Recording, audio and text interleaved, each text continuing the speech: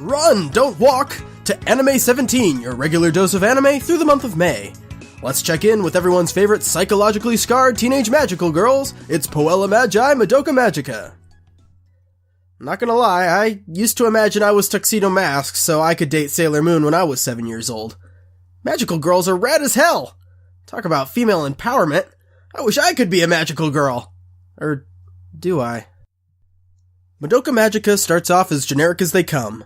Madoka is an unremarkable Japanese schoolgirl with a loving family and good friends. She goes to class, eats sweets after school, and generally doesn't have a care in the world. That is, until she encounters the standoffish transfer student Homura Kemi in her dreams, and is offered a contract from a magical cat-like creature named Kyubey.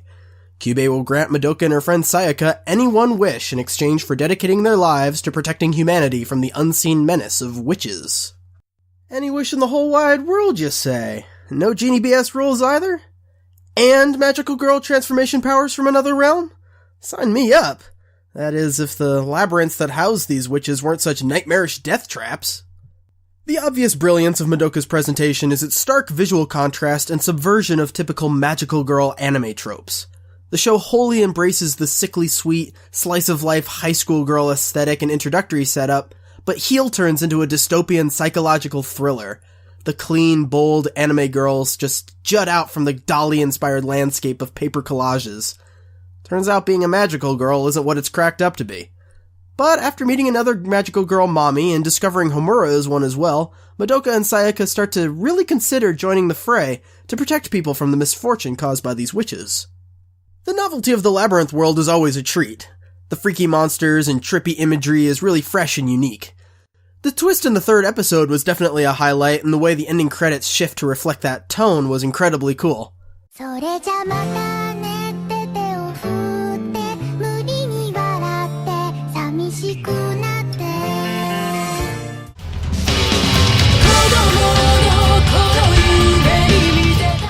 Also, I really love the musical cues for the magical girl scenes, with the European fantasy feel of the flutes and wind instruments. It really sells the otherworldliness of those scenes and separates it from typical shows in the genre.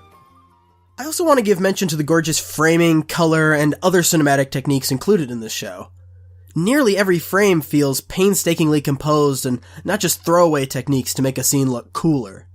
Everything feels very intentional, from the character design's stark contrast with the series' tone, to the way the framing highlights feelings of isolation and detachment.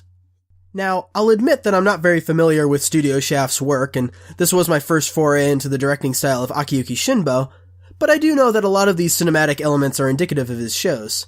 The added layers of polish enhance an already interesting narrative with a strong visual aesthetic, and produce a show that feels almost like an art house film. It commands the viewer's attention and asks them to pick up on all the little nuances of its storytelling. This isn't to say that the show is devoid of lightheartedness or that the plot is difficult to parse. After the first shocking revelation, the show does a good job of easing the viewers into the world and relaying exposition while giving the characters some breathing room to develop. I love how the magical girl powers are dictated according to what the girl wishes for, like, if you wish to heal someone you care about, then you're granted self-healing powers.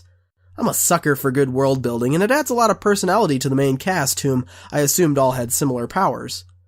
The ethical questions of justice and sacrifice also begin to crop up, and offers a lot more ambiguity to the issue than I expected, which I found pretty fascinating. And then Madoka's hot-ass mom drops some sage advice about learning to make mistakes when you're young and have less responsibilities, and I was like, yeah, preach it! Really strong opening. It's got a good balance of light and dark tones without being overly depressing or sappy. There's a good reason why this show has been so revered, and I look forward to finishing the fight soon. But alas, that's all I have for you today.